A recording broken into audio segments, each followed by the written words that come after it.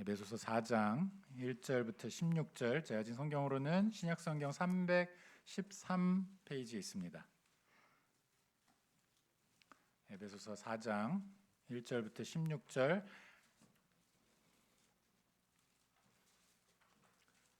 4장 1절부터 16절 한 절씩 교독하겠습니다.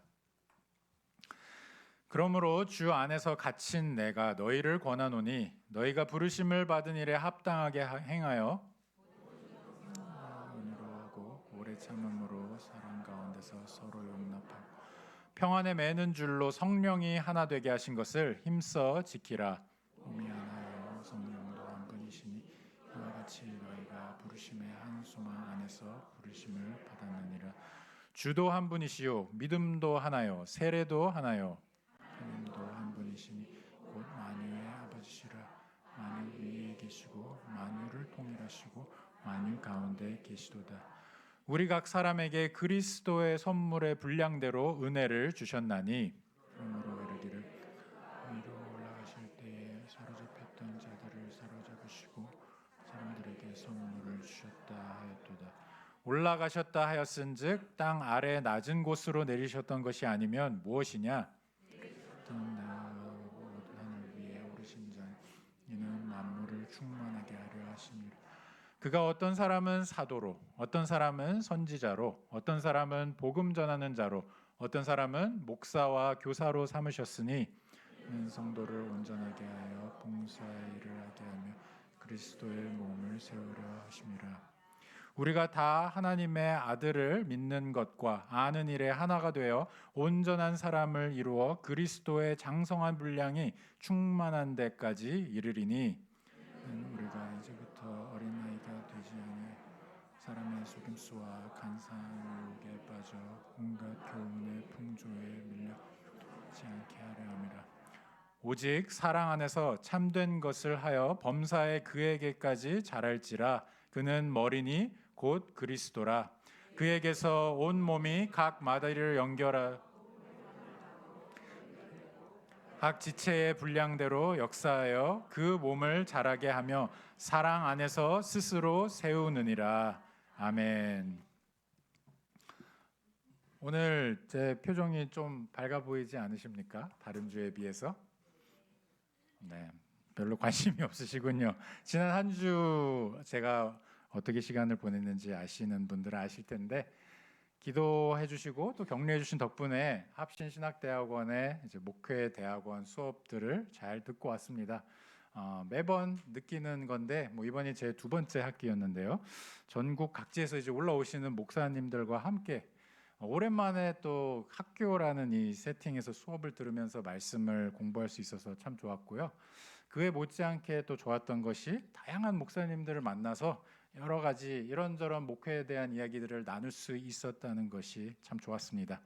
근데 요즘 목회자들이 모이면 빠지지 않고 하는 이야기가 있습니다. 그 이야기는 한국 교회의 미래에 대한 염려와 걱정입니다. 교계에 이제 이런저런 소식들에 안타까운 마음을 갖게 되는 것은 비단 목회자들뿐만 아니라 우리 교우들도 마찬가지일 겁니다. 그러니까 자연스럽게 교회는 이래야 하는데, 교회는 저렇게 해야 하는데 이런 식으로 이야기를 하게 되죠. 교회가 어렵다 보니 당장 해야 할 눈앞에 있는 것들에 조바심이 나는 것은 어쩌면 당연한 일인지도 모르겠습니다. 하지만 오늘 본문은 교회가 해야 할 일들을 말하기 전에 먼저 주목해야 할 것이 있다고 말합니다.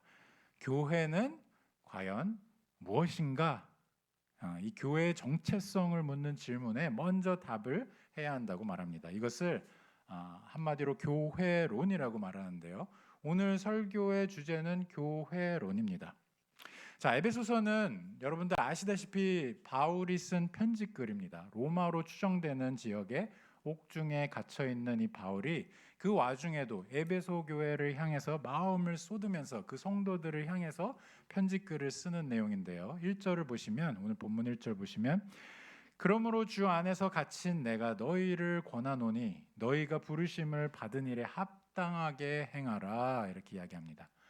앞에 이제 에베소서 1, 2, 3장의 내용에 걸쳐서 바울은 하나님의 주권적인 구원의 역사를 쭉 다뤘습니다.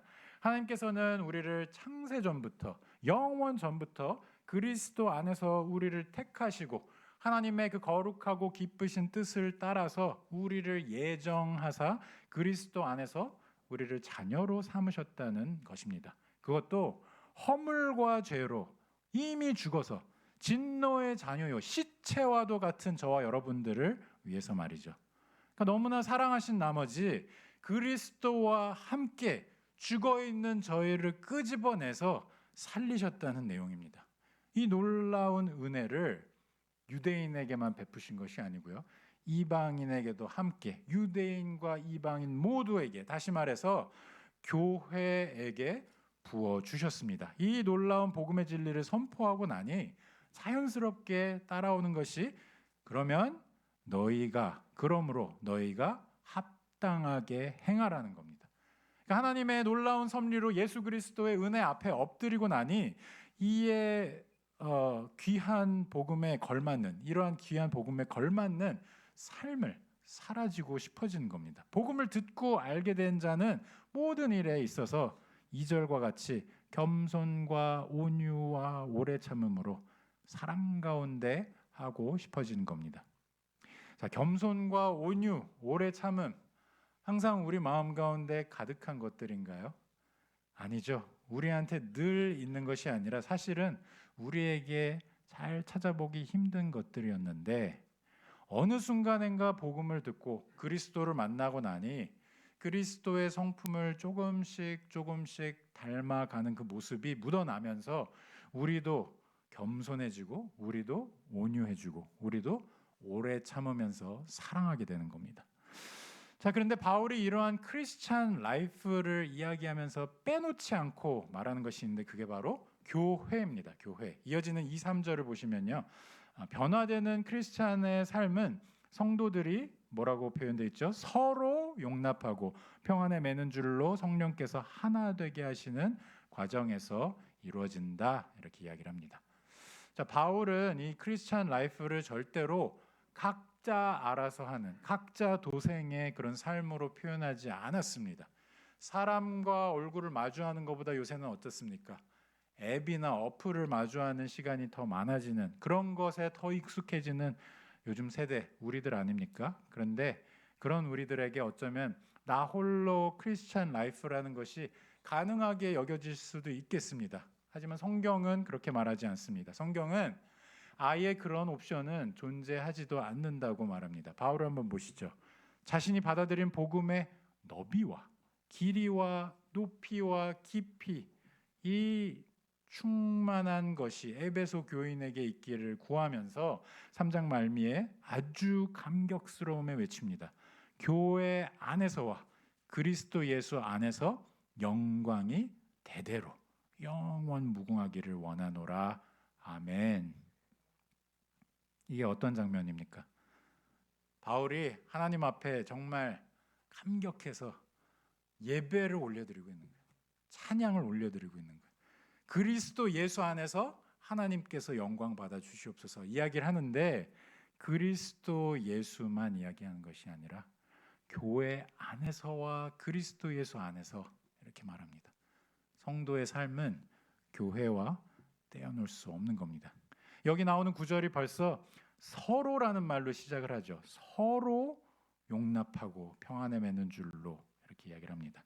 그러니까 상대방이 있다는 겁니다. 혼자서 하는 게 아닙니다. 크리스천 라이프는 이처럼 다른 성도들과 함께 하나 되게 하신 것, 이것이 바로 크리스천 라이프인 겁니다. 이것을 힘써 지키고자 하는 것이 성도의 삶인 것입니다. 성령께서 하시는 것이고요, 교회 공동체가 성령의 인도하심을 따라가는 그러한 삶인 겁니다.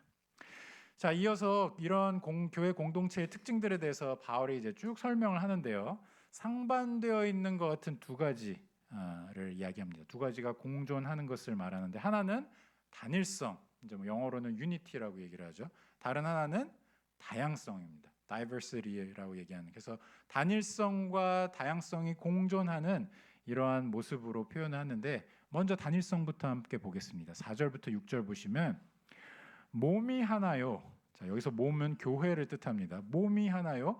성령도 한 분이시니 이와 같이 너희가 부르심의 한 소망 안에서 부르심을 받았느니라. 주도 한 분이시요. 믿음도 하나요. 세례도 하나요. 하나님도 한 분이시니 곧 만유의 아버지시라. 만유 위에 계시고 만유를 통일하시고 만유 가운데 계시도다. 아멘. 자, 이처럼 성도들이 모인 교회의 DNA는 하나됨입니다. 하나됨.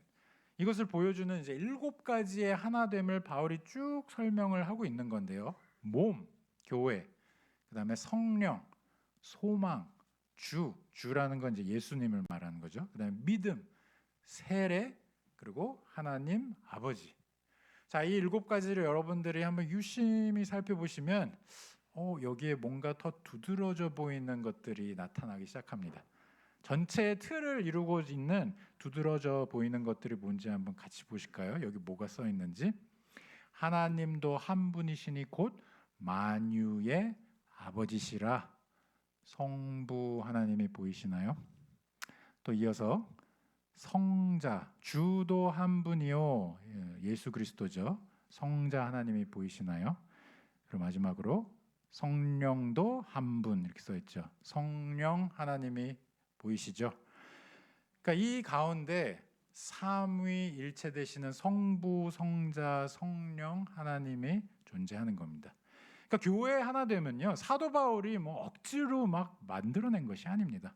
무슨 교회 목회자들이 자기들 뭔가 잘 해보려고 만들어낸 그런 개념이 아니라는 겁니다. 교회의 단일성은 삼위일체 하나님으로부터 나오는 것임을 우리가 반드시 확인을 해야 합니다. 그래서 하나님을 우리가 깊이 묵상하면 묵상할수록, 우리가 삼위일체 되시는 하나님을 알아가면 알아갈수록 교회의 하나됨이 너무너무 소중해지고요, 이를 지키기 위해서 정말 애를 쓰게 되는 겁니다. 모이기에도 힘쓰게 되고요, 서로를 용납하고 사랑하기에 힘쓰게 되고, 어려움 가운데 있는 지체가 없는지 살피게 되고요, 내가 들어가서 정말 돌보고 영적으로 섬길 영역들은 없는지 기도하면서 살펴보게 되는 것, 이 모든 것들이 동일한 이유에서 나오는 겁니다.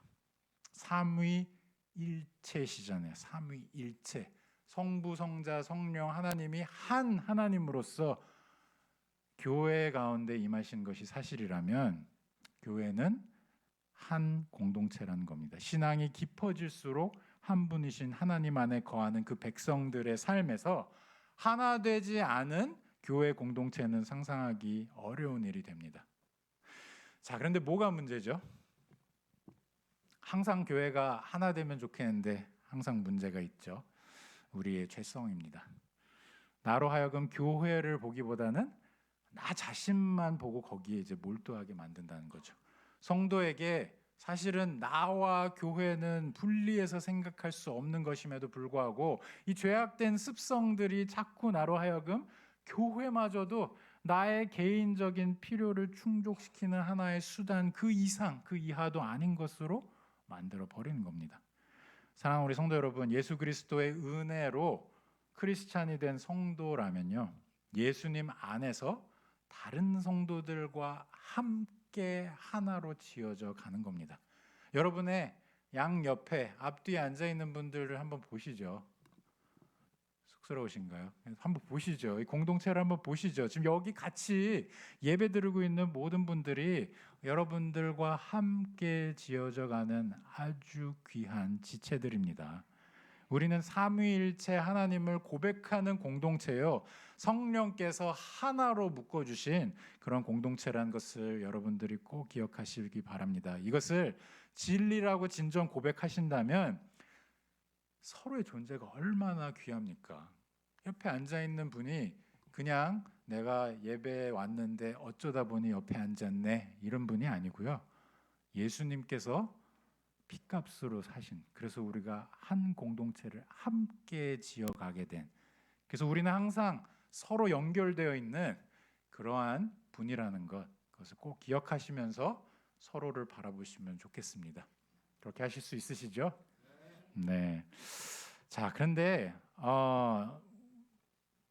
이제 올 한 해 우리 교회가 나아가는 방향을 여러 가지를 좀 궁리를 해보게 되는데, 제가 좀 이 본문에 비춰서 좀 생각을 해보는 거는, 주일마다 저희가 모이잖아요. 주일마다 예배하기 위해서 모이고, 또 6일간은 또 흩어져서 세상 가운데 있게 되는데, 저희가 흩어져 있을 때나 또는 한 자리에 모여 있을 때나 서로의 존재가 그리스도 안에서 너무너무 귀하게 여겨져서 서로를 바라보는 그 시선이 더 그윽해지고 더 사랑이 많이 담기게 되고, 혹여나 그 사람에게 어떤 문제가 없는지 항상 궁금해하게 되고, 항상 기도로 그 사람을 구하게 되고, 그러면서 예수님께서 우리 공동체 가운데 이루시는 놀라운 역사를 좀 함께 봤으면 좋겠습니다.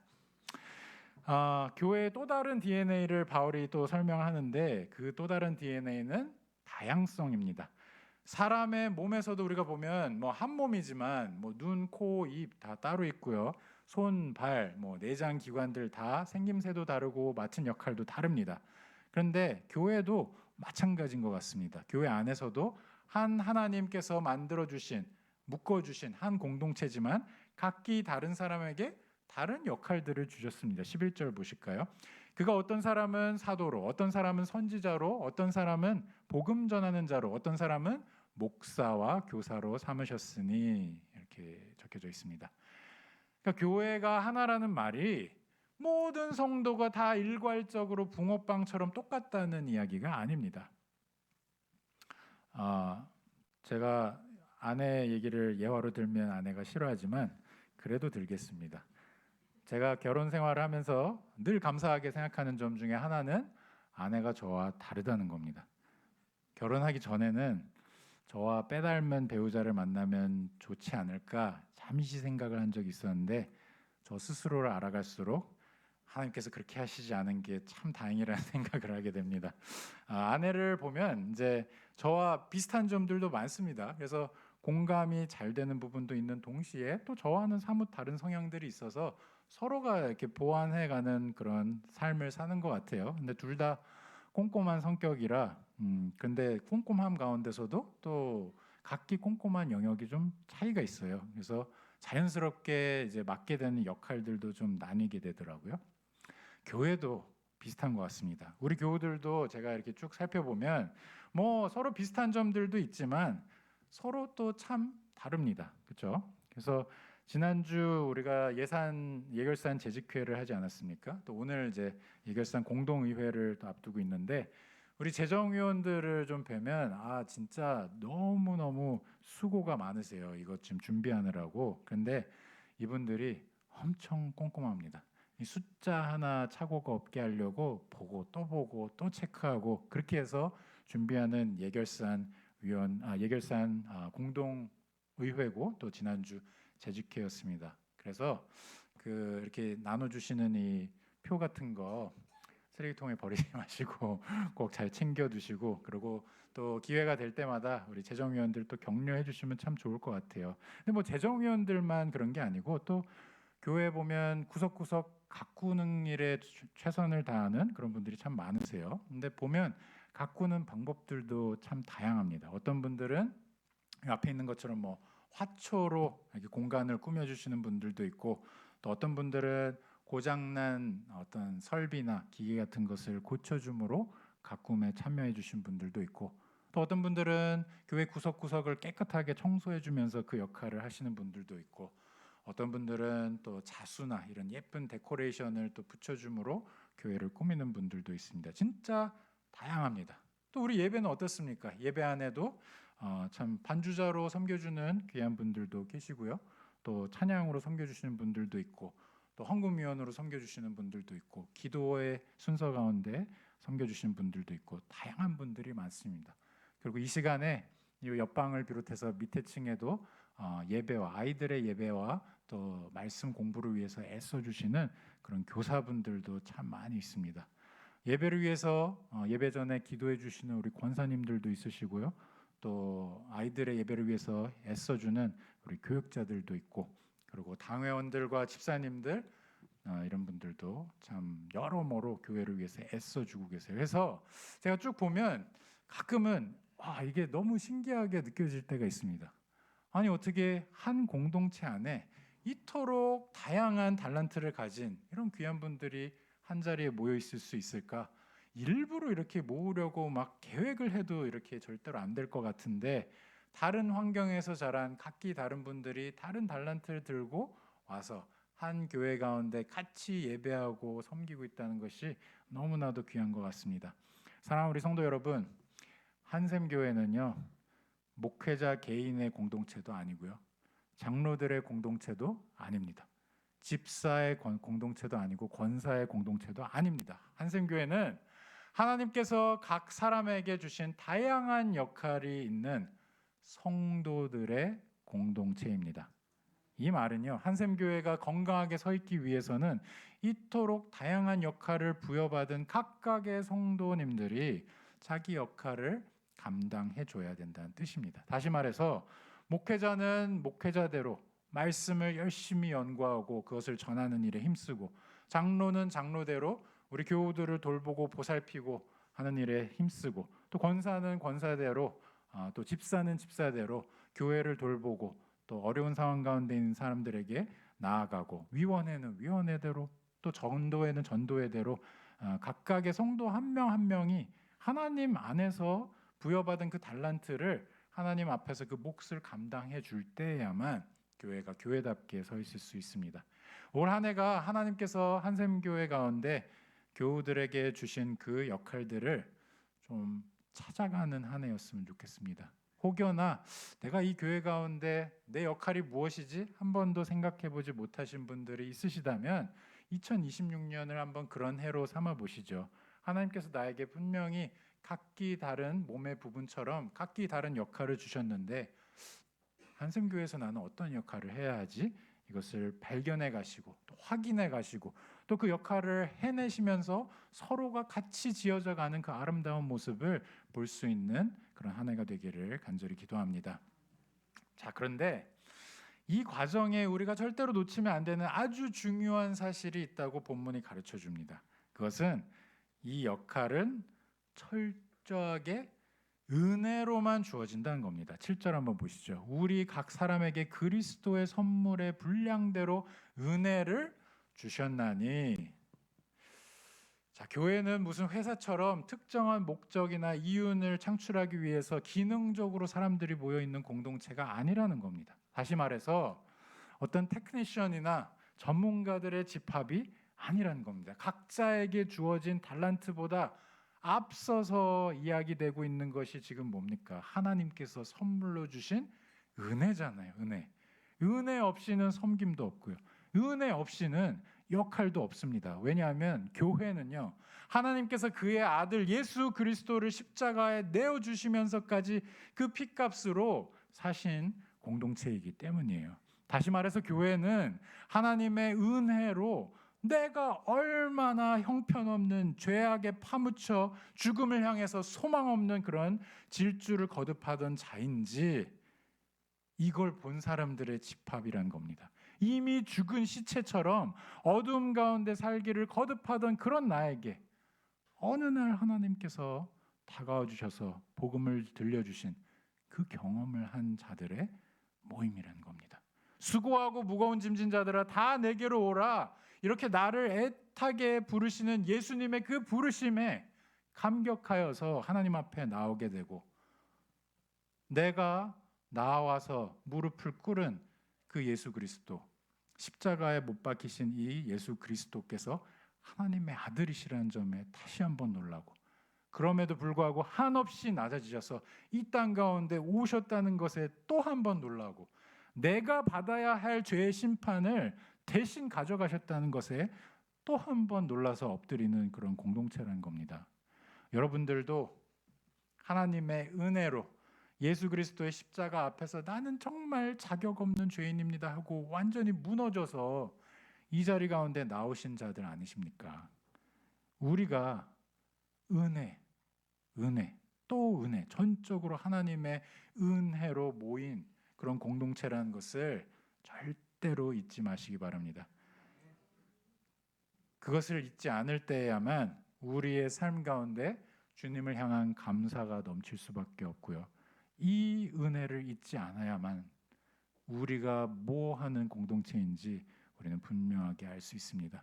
이 은혜가 전부기 때문에 사도 바울은 각 성도의 역할이 예수 그리스도의 사역과 아주 밀접하게 연관이 돼 있다는 것을 강조해서 알려줍니다. 8절을 보시죠. 8절부터 10절. 그러므로 이르기를 그가 위로 올라갈 때에 사로잡혔던 자들을 사로잡으시고 사람들에게 선물을 주셨다 하였도다. 올라가셨다 하였은즉 땅 아래 낮은 곳으로 내리셨던 것이 아니면 무엇이냐? 내리셨던 그가 곧 하늘 위에 오르신 자니 이는 만물을 충만하게 하려 하심이라. 아멘. 여기 보시면 이제 시편 68편에서 따온 부분이 있는데요. 8절 보시면 그가 위로 올라가실 때에 사로잡혔던 자들을 사로잡으시고 사람들에게 선물을 주셨다. 이렇게 적혀져 있는 부분입니다.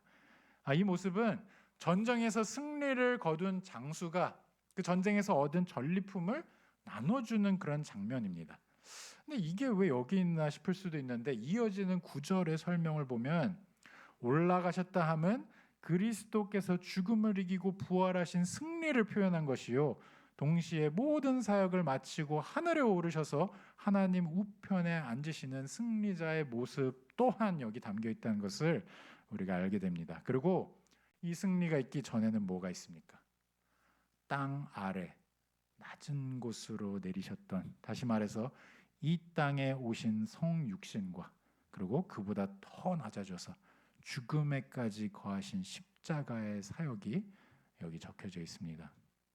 결국 성도들이 교회 안에서 부여받은 역할은 예수님께서 이 낮아지심과 그것을 이기고 승리하심으로 올라가신 10절의 내용, 그가 모든 하늘 위에 오르신 자로 사역을 다 마치심으로 만물을 충만하게 하셨기 때문이라 이렇게 설명하고 있는 것입니다.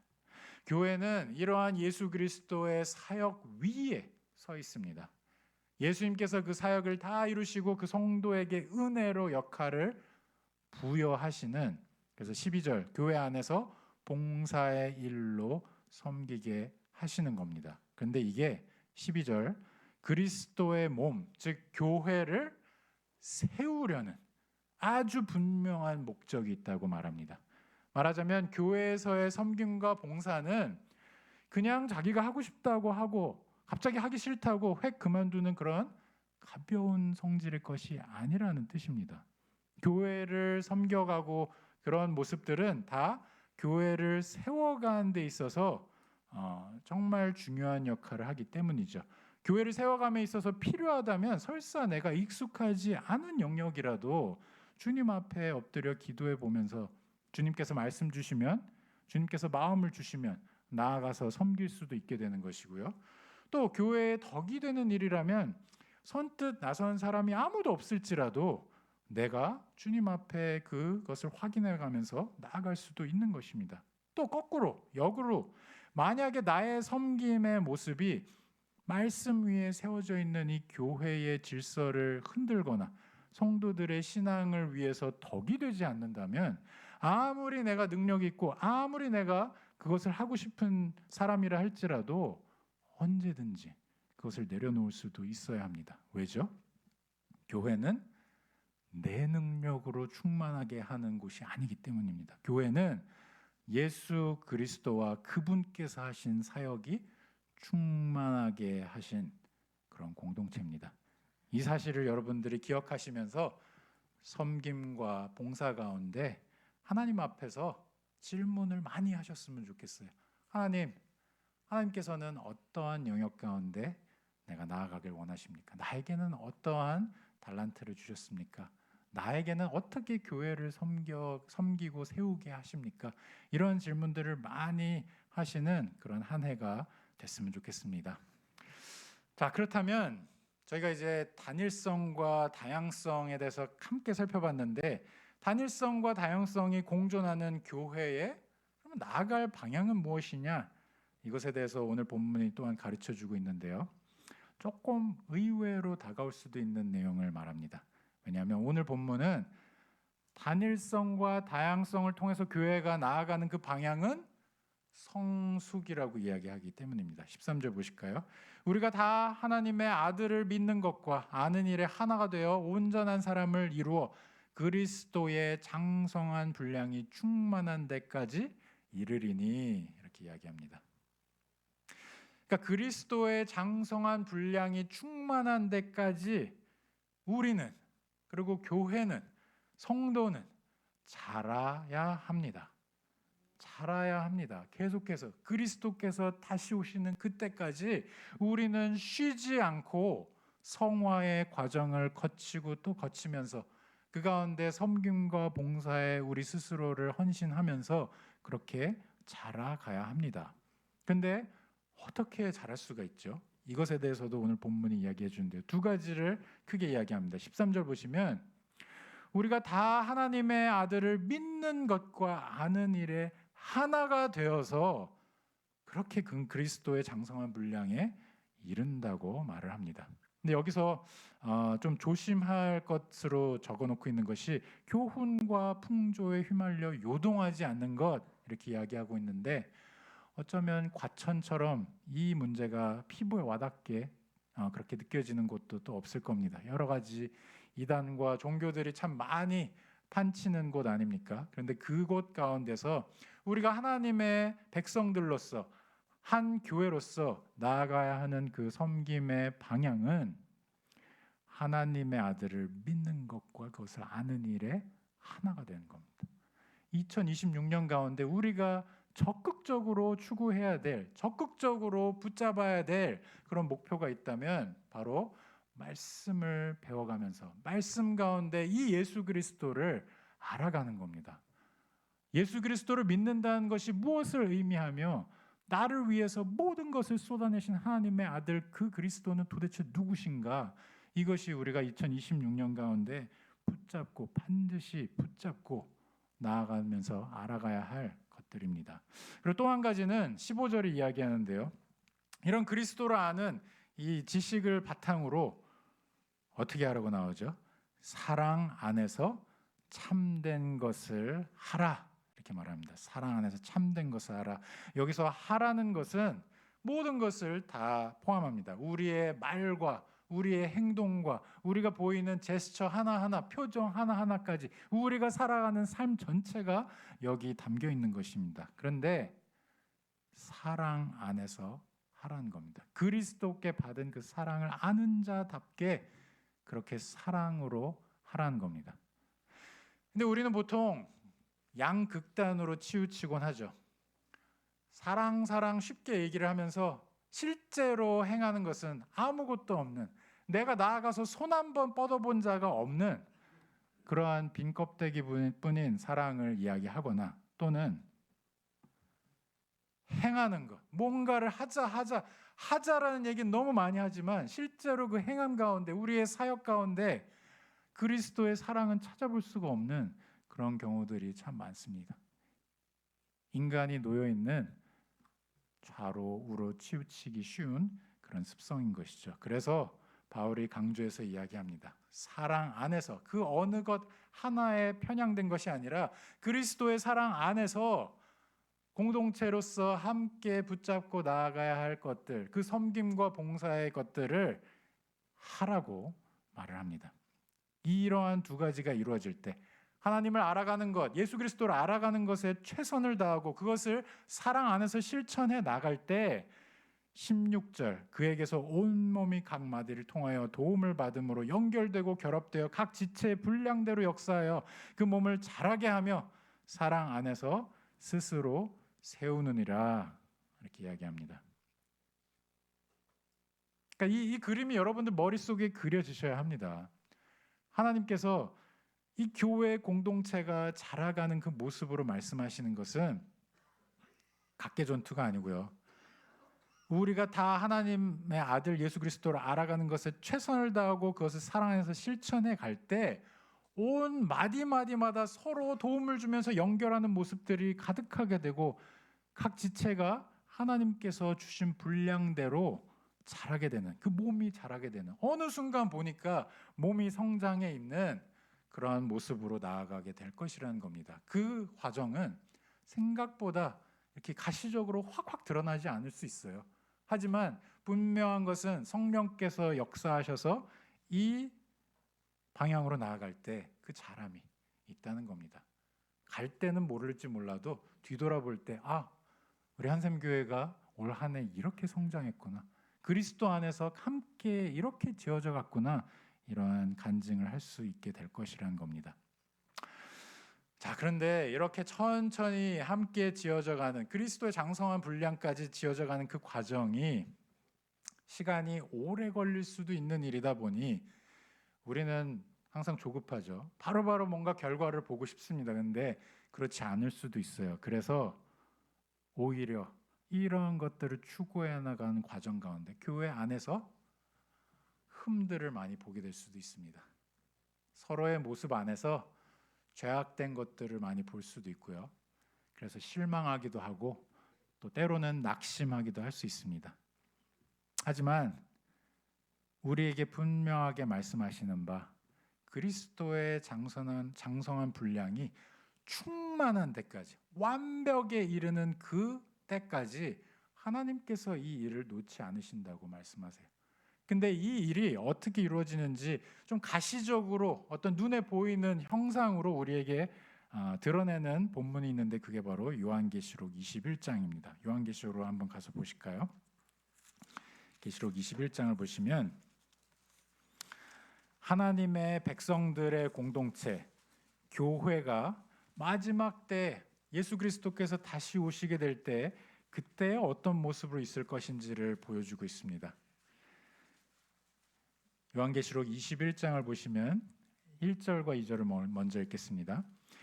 또 내가 새 하늘과 새 땅을 보니 처음 하늘과 처음 땅이 없어졌고 바다도 다시 있지 않더라. 또 내가 보매 거룩한 성 새 예루살렘이 하나님께로부터 하늘에서 내려오니 그 준비한 것이 신부가 남편을 위하여 단장한 것 같더라. 우리 성도님들, 신부가 남편을 위해서 단장한 모습이 어떤 모습입니까? 결혼식 때를 한번 생각을 해보시죠. 우리 남편들 그때 우리 아내들이 정말 너무너무 눈이 부시게 빛나는 정말 이 하얀 드레스와 모든 것을 갖춰 입고 결혼식장 가운데 그 걸음을 같이 걷게 될 때 정말 흠이 없는 신부의 모습으로 느껴지시지 않으셨나요? 근데 오늘 본문을 통해서 하나님께서 우리에게 알려주십니다. 교회의 모습이 함께 지어져 가는 그 과정이 생각처럼 그렇게 눈에 보이게 이쁜 모습으로 드러나지 않는다 할지라도 마지막 때에는 하나님께서 그것을 다 완성시켜 놓으실 그때에는 흠이 없는 아름다운 신부의 모습으로 단장되어 있는 그 교회를, 그 하나님의 백성들을 우리가 다 확인하게 될 것이라는 겁니다. 그래서 그 내용을 9절부터 11절 가운데 다시 한번 적어놓고 있습니다. 7대접을 가지고 마지막 7재앙을 담은 7천사 중 하나가 나와 내게 말하여 이르되 이리 오라, 내가 신부 곧 어린 양의 아내를 내게 보이리라 하고 성령으로 나를 데리고 크고 높은 산으로 올라가서 하나님께로부터 하늘에서 내려오는 거룩한 성 예루살렘을 보이니 하나님의 영광이 있어 그의 그 성에 빛이 지극히 귀한 보석 같고 벽옥과 수정같이 맑더라. 아멘. 보이세요? 보이십니까? 뭐라고 표현되어 있습니까? 이 거룩한 성 예루살렘의 모습으로 이 신부가 그렇게 단장이 되어서 어떤 모습으로 나타나죠? 하나님의 영광이 있는 모습으로, 하나님의 영광이 가득한 그 모습으로 교회가 그리스도 앞에 서게 될 거란 겁니다. 이게 우리가 바라봐야 할 지향점입니다. 우리 안에 부족한 모습들이 있어도 이 지점을 바라보면서 하나님께서 이렇게 만들어 주실 것이지 그것을 믿고 나아가면서 서로를 품고 아끼고 끌어주고 밀어주고 도와주고 기도해주고 그렇게 나아가야 되지 않겠습니까? 2026년이 그 아름답게 단장한 새 신부의 모습을 향해서 힘찬 발걸음을 떼는 그런 우리 한샘교회가 됐으면 좋겠습니다. 다 함께 기도하시겠습니다. 하나님 아버지 감사합니다. 참 우리가 도대체 뭐길래 주님께서 그리스도 예수의 그 값진 보혈의 그 피값으로 우리를 사시고 우리를 위해서 대신 모든 죄악을 다 짊어지시고 우리로 하여금 교회로 모이게 하시나이까. 우리는 교회에 포함되기에 아무런 자격도 없는 죄악된 자들임을 주님 앞에 고백합니다. 그럼에도 불구하고 주님께서 우리 가운데 은혜를 부어주셔서 선물로 은혜를 부어주셔서 우리로 하여금 하나님의 영광을 볼 수 있게 하여 주시고 그리스도 안에서 담대히 나와 예배하는 자들로 삼아주시니 감사합니다. 주님, 우리가 이 공동체를 가볍게 여기지 않습니다. 우리가 예수님께서 사신 이 공동체를 우리 마음대로 정죄하고 판단하고 그렇게 가벼이 여기지 않길 원하오니 주여 계속해서 우리의 시선을 그 거룩한 성 새 예루살렘의 고정이 되게 하여 주시옵고 하나님께서 반드시 이미 시작하신 그 착하고 선한 일을 통해서 우리 가운데 이미 행하고 계시는 그 놀라운 일들을 통해서 봉사와 섬김과 하나님 앞에 나오는 그 모든 모습들을 통해서 영광 받으실 것이라는 것을 믿고 나아가게 도와주시옵소서. 이 모든 말씀 살아계신 예수 그리스도 이름으로 기도합니다. 아멘.